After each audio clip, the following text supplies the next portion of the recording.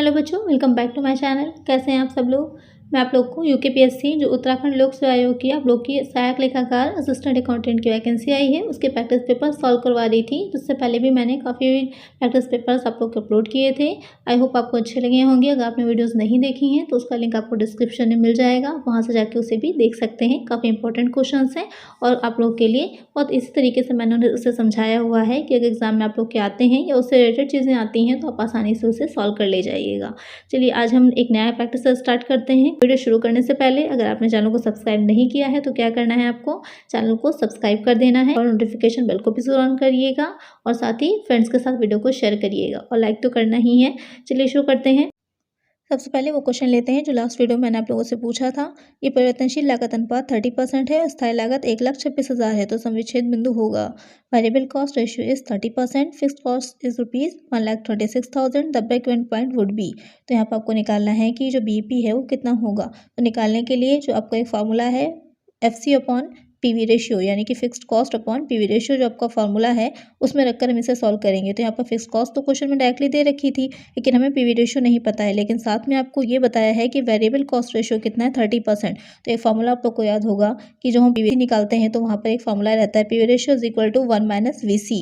तो उसको निकालने के लिए यहाँ पर हम क्या करेंगे, उसी फॉर्मूले में रखेंगे और पीवी रेशियो को निकाल लेंगे। सॉल्व करेंगे तो कितना आएगा, 1 - 30%, तो कितना आ जाएगा हमारा 70% क्या निकल के आ जाएगा, पीवी रेशियो निकल आएगा। अब हमें पता चल गया कि पीवी रेशियो कितना है, फिक्स कॉस्ट हमें पता है, फॉर्मूले में रख दीजिए 1,26,000 अपॉन 70 इंटू 100 हो जाएगा। सॉल्व कर लेंगे तो कितना आ जाएगा, 1,80,000। यही हो जाएगा हमारा समविच्छेद बिंदु बीपी। तो करेक्ट आंसर क्या हो जाएगा हमारा, ऑप्शन ए। पहला क्वेश्चन लेते हैं। अर्थशास्त्र विज्ञान है जो धन का अध्ययन करता है, ये परिभाषा किसने दी है। Economics is the science which treats of wealth, the definition is given by. आपको बताना है कि अर्थशास्त्र एक विज्ञान है, आपने पढ़ा होगा इकोनॉमिक्स में। तो इकोनॉमिक्स की 4 तरह की डिफिनेशंस दे रखी गई हैं। एक धन संबंधी है, दूसरी मानव कल्याण संबंधी है, तीसरी आप लोग की हो जाएंगी जो कि दुर्लभ साधनों से असीमित आवश्यकता की पूर्ति हम कैसे करें इससे संबंधित है, और चौथी कौन सी है, आवश्यकता विहीनता की है। तो यहाँ पर जो क्वेश्चन आपसे पूछ रहा है जो धन संबंधी दे रखी हैं, तो ये जो डिफिनेशन है वो किसने दी है, AC पिगू ने, मार्शल ने, JB से ने या फिर रॉबिन्सन ने।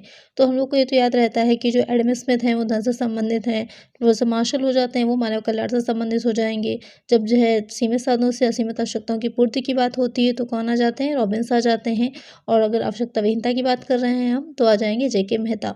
लेकिन यहाँ पर जो क्वेश्चन पूछ रहा है तो यहाँ पर आपको एडम स्मिथ नहीं बताया है, तो यहाँ पर डेफिनेशन ये किसकी हो जाएगी, ये डेफिनेशन है JB से की। इन्होंने भी अर्थशास्त्र को धन का ही विज्ञान माना था। उनका भी कहना यही था कि जो धन होता है, जो मनी होती है, उसी की चारों तरफ क्या होती है, अर्थव्यवस्था हमारी घूमती है, या फिर यह उसका धन जो होता है वो केंद्र बिंदु होता है। तो यहाँ पर करेक्ट आंसर क्या हो जाएगा, ऑप्शन सी। नेक्स्ट क्वेश्चन लेते हैं। अति अल्पकाल में मूल्य निर्धारण में प्रबल भूमिका होती है। In a very short period dominant role in price determination is of demand, supply, both A and B, none of these. Question में कह रहा है, आपने पढ़ा होगा इकोनॉमिक्स में कि जो टाइम पीरियड होता है काफ़ी इंपॉर्टेंट होता है किसी भी वस्तु के प्रोडक्ट के प्राइस को डिसाइड करने के लिए। तो यहाँ पर वही पूछ रहा है कि अगर अति अल्पकाल का समय यानी कि बहुत शॉर्ट टर्म पीरियड है तो उस अवस्था में जो हम मूल्य निर्धारित कर रहे हैं किसी वस्तु का, तो उसमें कौन सी चीज़ ऐसी होती है जो कि इम्पोर्टेंट होती है, मांग या फिर पूर्ति या फिर ये दोनों ही, इनमें से कोई नहीं। तो जब हम उसका फिगर बनाते हैं तो आपने ये चीज़ देखी होगी कि जहाँ पर भी दोनों मांग और पूर्ति की रेखा आपस में एक दूसरे को काटती है तो वहीं पर हमारा क्या होता है, मूल्य का निर्धारण होता है।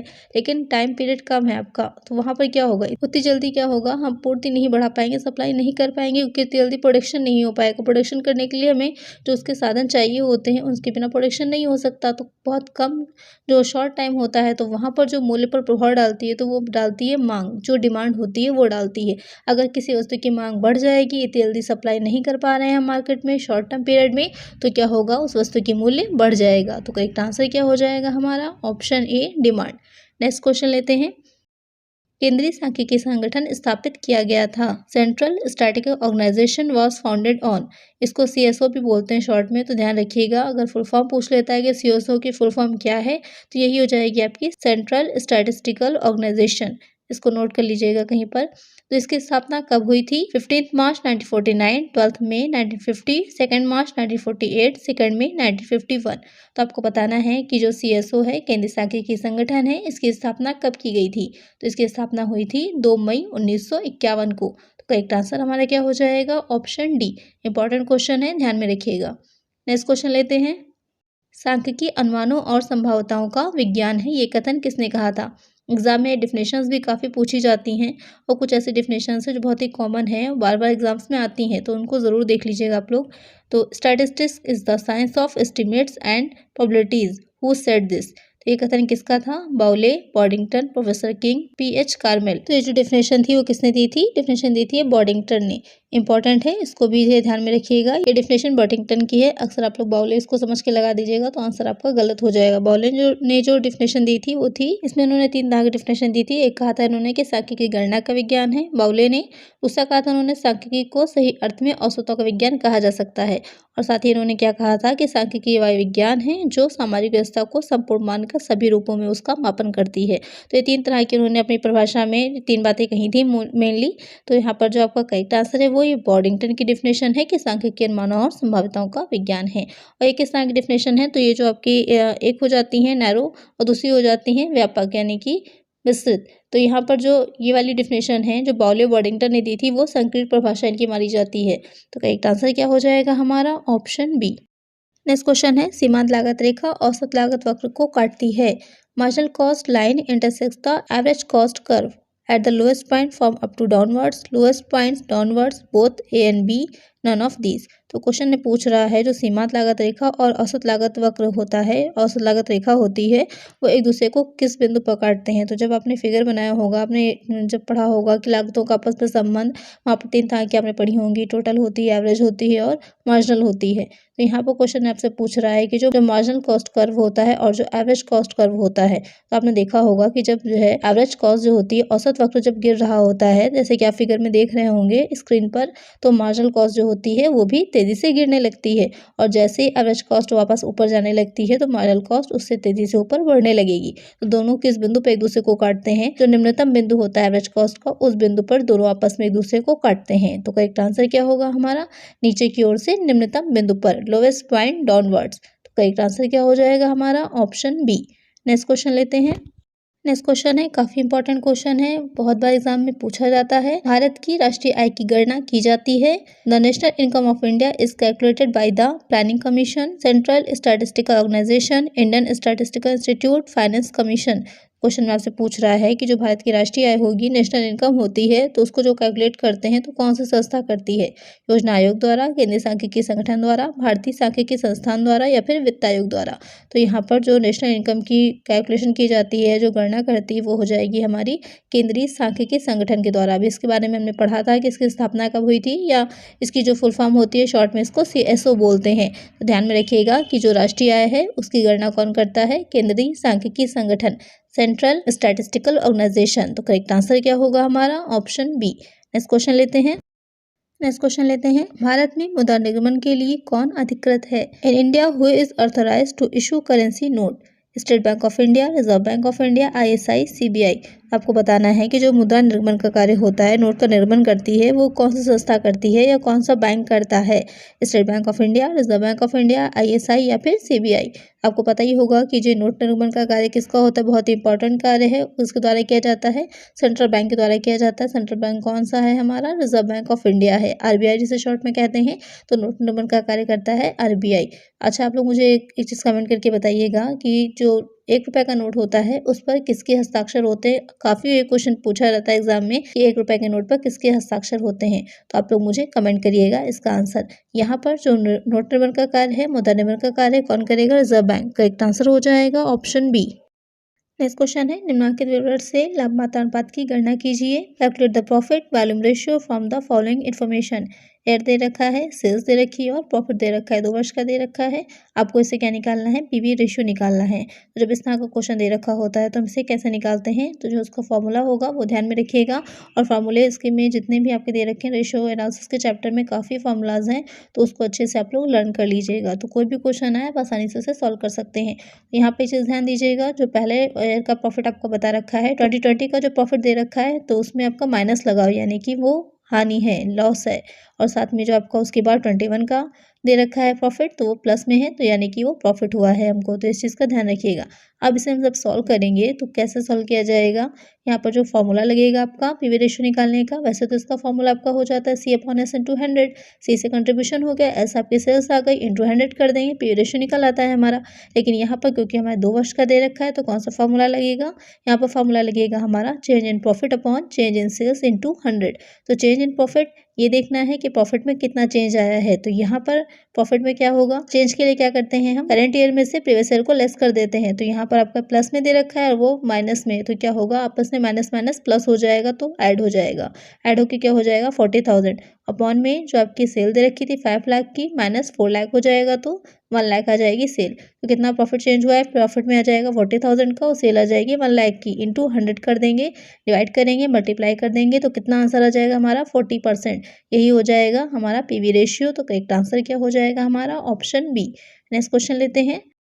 नेक्स्ट क्वेश्चन है अंशों का पुनर्निर्गमन पर हुए लाभ को हस्तांतरित किया जाता है। The profit made by the ratio of the shares is transfer to general reserve, share capital account, share forfeiture account. Corporate accounting में आप लोगों ने पढ़ा होगा कि जो अंश होते हैं, शेयर्स हम इशू करते हैं और जो भी शेयर होल्डर होता है तो जो भी कॉल्स होती हैं अगर उसकी राशि नहीं चुका पाता तो उसके अंशों का फॉरफीचर कर लिया जाता है, हरण कर लिया जाता है।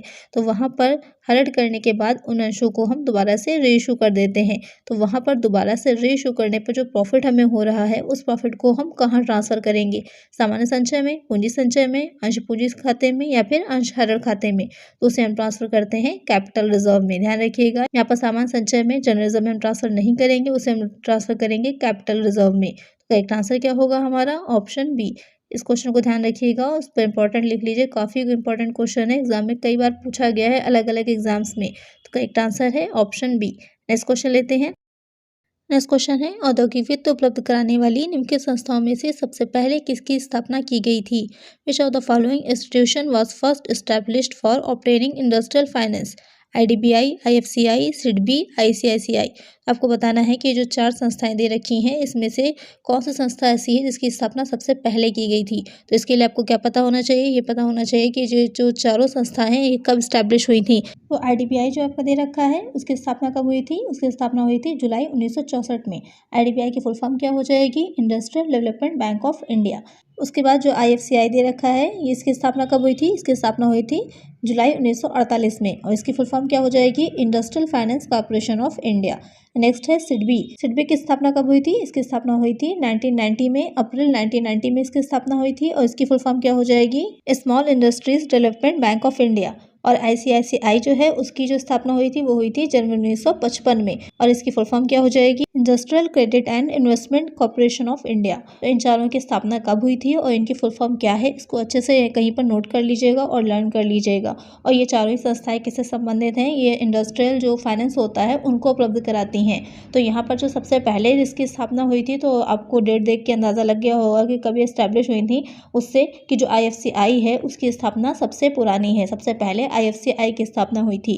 तो करेक्ट आंसर क्या हो जाएगा हमारा, जो कि क्वेश्चन पूछ रहा था कि सबसे पहले कौन सी स्थापना हुई थी, तो वो हो जाएगा IFCI। तो करेक्ट आंसर होगा हमारा ऑप्शन बी। नेक्स्ट क्वेश्चन लेते हैं। नेक्स्ट क्वेश्चन है रोवन प्रीमियम योजना सुधरा हुआ रूप है। Rowan premium plan is the corrected form of Taylor method, Gantt bonus method, Halsey interest method, differential method. Question आपसे पूछ रहा है जो रोवन प्रीमियम योजना थी वो किसका सुधरा हुआ रूप थी। तो सबसे पहले ये समझ लेते हैं कि रोवन प्रीमियम योजना किससे संबंधित थी। जो मजदूरी भुगतान की पद्धतियां हैं, जो वेजेस पेमेंट का जो मेथड्स दे रखे थे उसमें आपने पढ़ा होगा जो इंसेंटिव स्कीम्स होती हैं, प्रेरणात्मक योजनाएं होती हैं, तो वहाँ पर सबसे पहले हालसे की दे रखी है, उसके बाद हमने रोवन की पढ़ी थी। तो रोवन की जो प्रीमियम योजना है वो हालसे की योजना जो है उसका ही सुधरा हुआ रूप है। जो हालसे थे उनकी योजना क्या थी, उन्होंने ये बताया था एक जो भी मजदूर होता है उसको एक न्यूनतम मजदूरी तो दी जाएगी, लेकिन जो हमने एक स्टैंडर्ड टाइम डिसाइड किया होता है, जो हमने एक निर्धारित कर दिया है प्रमापित समय, अगर उससे पहले उसने वो कार्य कर लिया है तो जितना भी समय वो बचाता है उसके आधार पर उसको प्रीमियम दिया जाएगा। और यही चीज़ आपकी रोवन में भी रही, लेकिन उन्होंने उसमें कुछ सुधार किया। उन्होंने इसमें क्या किया, जो प्रमापित समय था उसके हिसाब से प्रब्याजी ना दे करके इन्होंने जो बचाया गया समय था उसके अनुपात में प्रब्याजी देने का सूत्र दिया था, फॉर्मूला दिया था।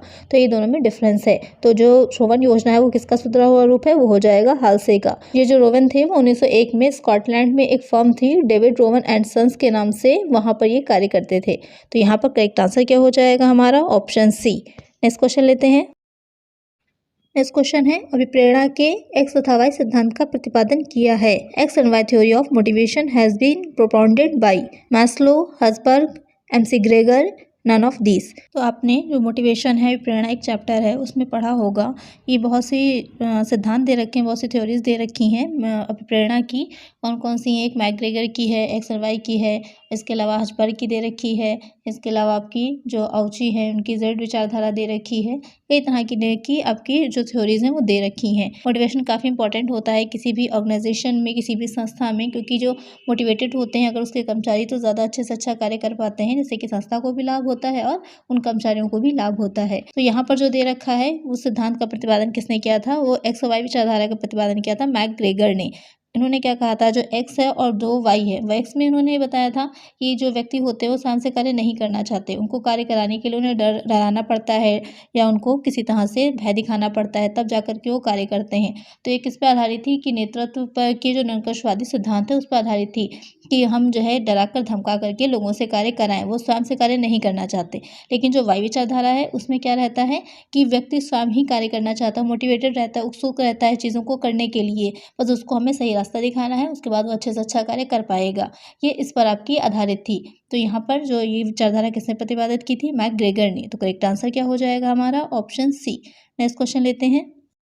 नेक्स्ट क्वेश्चन है, अभिप्रेरणा के आरोग्य सिद्धांत का प्रतिपादन किया था। The hygiene theory of motivation was propounded by Maslow, Herzberg, McGregor, Victor Vroom. तो क्वेश्चन में आपसे पूछ रहा है कि जो हाइजीन थ्योरी है मोटिवेशन की, वो किसने प्रतिपादित की थी या किसके द्वारा दी गई थी?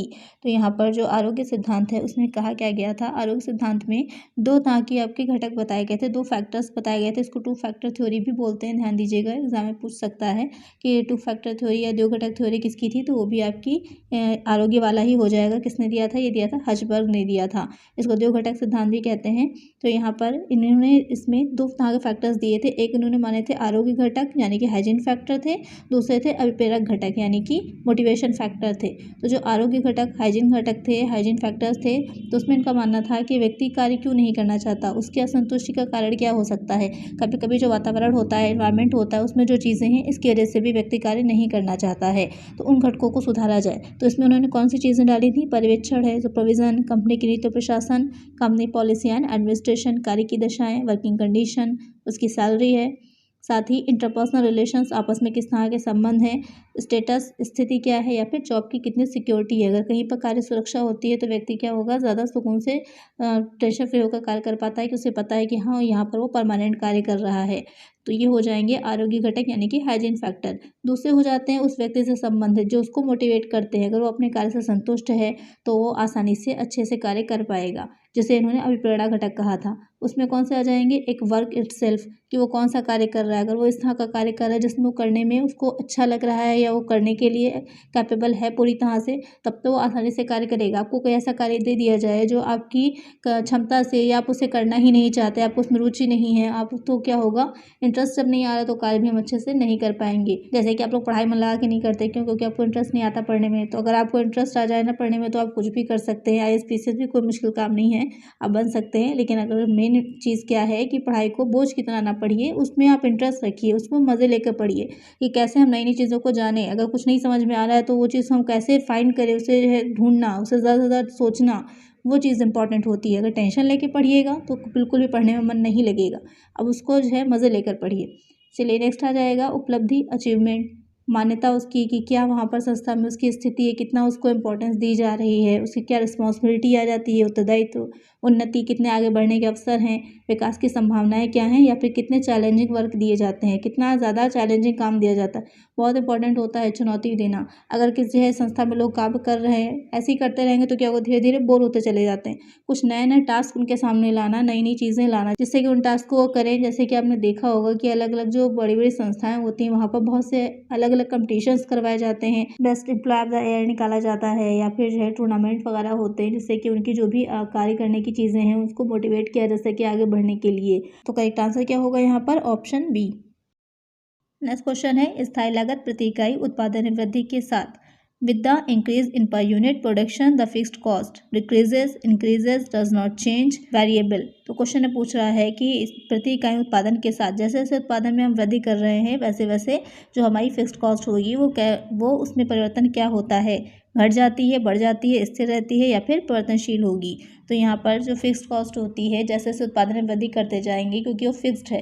जैसे कि किसी जगह पर आपने कोई जगह ली है रेंट पर, तो उसका रेंट जो आप दे रहे हैं जैसे 10,000 पर मंथ अगर आप रेंट दे रहे हैं तो उत्पादन आप उसमें जो है इतना भी करिए 10,000 तो आपको पे करना ही करना है, चाहे आप 500 यूनिट का उत्पादन करिए या 5,000 का। लेकिन जब आप कॉस्ट बनाएंगे तो वहाँ पर जो उसे हम दिखा रहे होंगे तो अगर हम 500 यूनिट का उत्पादन बना रहे हैं तो हमारी कितनी आ जाएगी, 500 से 10,000 को डिवाइड करिए, कितनी आ जाएगी हमारी 20 यूनिट आ जाएगी। लेकिन वहीं हम 5,000 यूनिट का उत्पादन करने लगेंगे यानी कि हम यूनिट्स को बढ़ा दे रहे हैं, ज़्यादा चीज़ उत्पादित करने लग रहे हैं, तो वहाँ पे क्या हो जाएगा 10,000 अपॉन 5,000 करिए, अब कितनी आएगी हमारी 2 ही पर यूनिट आएगी। तो क्या आपने देखा कि हमारी जो फिक्स्ड कॉस्ट होती है उत्पादन के बढ़ने के साथ घटती जाती है, कम होती जाती है। तो करेक्ट आंसर क्या हो जाएगा हमारा ऑप्शन ए। नेक्स्ट क्वेश्चन लेते हैं जब उत्पादन साधनों की इकाइयों का न्यूनतम प्रयोग करने से उत्पादन क्रमशः कम होता जाता है तो यह नियम कहलाएगा। When the continuous application of the units of the resources of production decreases the production continuously, then this law is called। तो यहाँ पर क्वेश्चन आपसे पूछ रहा है कि अगर जैसे जैसे हम उत्पादन के साधनों में वृद्धि कर रहे हैं उसके बाद क्या होगा, धीरे धीरे जो हमारा उत्पादन होगा वो निरंतर घटता जा रहा है, तो ये कौन सा नियम होगा। तो यहाँ पर जो आपने इकोनॉमिक्स में पढ़ा होगा कि उत्पत्ति के नियम थे, तो वहाँ पर 3 तरह के नियम थे, उत्पत्ति वृद्धि नियम, समता नियम और ह्रास नियम। जब हम जो है 1 या 2 साधनों को स्थिर रखकर बाकी साधनों में वृद्धि करते हैं, चेंजेस करते हैं अनुपातिक रूप से, तो वहाँ पर क्या होता है, पहले की दशा में उत्पादन बढ़ता है, उसके बाद उत्पादन क्या हो जाता है, रुक जाता है। जब बढ़ रहा होगा तो उत्पत्ति वृद्धि नियम हो जाएगा, जब रुक जाएगा एक टाइम के बाद तो समता नियम हो जाता है, उसके बाद क्या होता है वो डिक्रीज होने लगता है कि हम बढ़ा भी रहे हैं लेकिन तब भी क्या होगा, उत्पादन हमारा घटता रहेगा, घटने लगेगा, तो वो हो जाता है उत्पत्ति ह्रास नियम, law of decreases in productivity. तो यहाँ पर करेक्ट आंसर हो जाएगा ऑप्शन सी। नेक्स्ट क्वेश्चन है सूत्रधारी कंपनी को सहायक कंपनी के कुल समतांशों के कम से कम अंश क्रय करना अनिवार्य है। The percentage of shares to be purchase by the principal company out of the total equity shares of the associated company must be 50%, 51%, 75%, 25%। तो आपने पढ़ा होगा कि 2 कंपनीज होंगी, एक सूत्रधारी हो जाती है, दूसरी हो जाती है सहायक कंपनी। तो यहाँ पर जो पूछ रहा है जो भी सूत्रधारी कंपनी है उस सूत्रधारी कंपनी बनने के लिए उसे सहायक कंपनी के कितने % इक्विटी शेयर्स खरीदने अनिवार्य होते हैं। तो यहाँ पर जो 51% शेयर्स होंगे वो खरीदने अनिवार्य होते हैं उसको सूत्रधारी कंपनी बनने के लिए। तो करेक्ट आंसर क्या हो जाएगा हमारा ऑप्शन बी। आज की वीडियो में इतना ही, मिलते हैं नेक्स्ट वीडियो में कुछ और नए क्वेश्चंस के साथ। अगर वीडियो अच्छी लगी हो, क्वेश्चंस अच्छे लगे हो तो वीडियो को जल्दी से लाइक कर दीजिए और सब्सक्राइब नहीं किया है तो चैनल को सब्सक्राइब कर लीजिए, नोटिफिकेशन बेल को भी जरूर ऑन करिएगा और फ्रेंड्स के साथ वीडियो को शेयर कर दीजिएगा। मिलते हैं नेक्स्ट वीडियो में कुछ और नए क्वेश्चंस के साथ। Thank you.